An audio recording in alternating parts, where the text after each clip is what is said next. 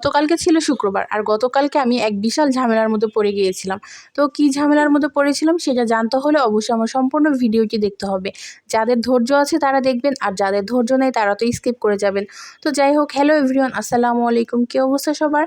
সবাই কেমন আছেন? আলহামদুলিল্লাহ, আমি আপনাদের দোয়াতে অনেক অনেক ভালো। এই ভিডিওগুলো ছিল হলো গতকালকের, আর গতকালকেই আপলোড দেওয়ার খুব ইচ্ছে ছিল কিন্তু দিতে পারিনি অনেকগুলো ঝামেলার কারণে। ভিডিওর শুরুতেই তো বলেছি, তো আস্তে আস্তে করে বলতেছি যে কী কী সমস্যা ছিল আর কি।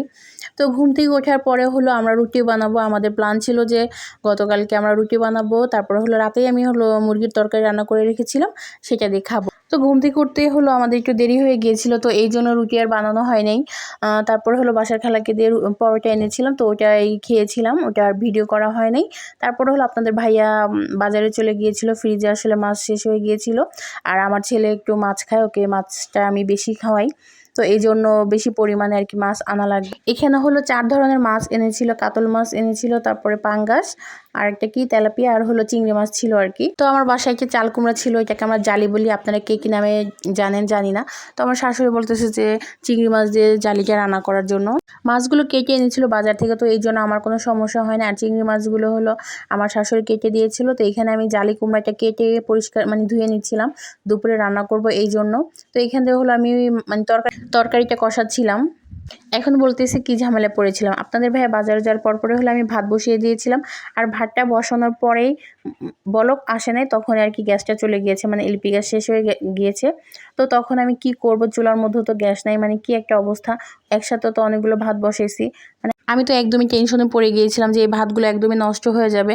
তারপর আল্লাহর একটু দয়া ছিল, মানে চুলাটা জ্বালিয়ে দেখি যে হালকা একটু গ্যাস আছে, তো ওর মধ্যেই বসিয়ে দিয়েছিলাম। ভাতগুলো একদমই নরম হয়েছিল, কি করার।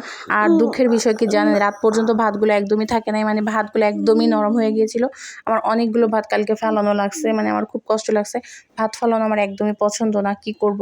তারপর আপনাদের ভাইয়া যখন বাজার থেকে আসছে, আসার আরও 1 ঘন্টা আধা ঘন্টা পরে হলো গিয়ে লোক এনে তারপরে নতুন করে আবার এলপি গ্যাসটা লাগানো হয়েছে। তারপরে তাড়াহুড়ো করে যে তরকারিটা রান্না করেছিলাম আর হলো ডাল রান্না করেছিলাম, আর কিছু করতে পারিনি কারণ অনেক বেশি ক্ষুধা লেগে গিয়েছিল।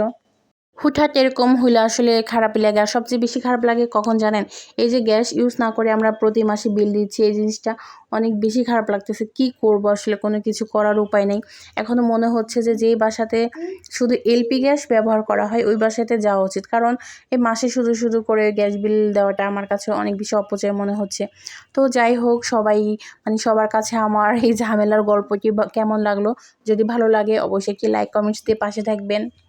তারপরে এই যে সন্ধ্যা হলো, আমার শাশুড়ি নুডলস রান্না করেছিল, অনেক বেশি মজা হয়েছিল, দেখতে অনেক ইয়াম্মি লাগতেছে না, আসলে অনেক বেশি মজা হয়েছিল। তো আজকে এই পর্যন্ত, সবাই ভালো থাকবেন, আল্লাহ হাফেজ, thanks for watching, bye bye, tata, see you.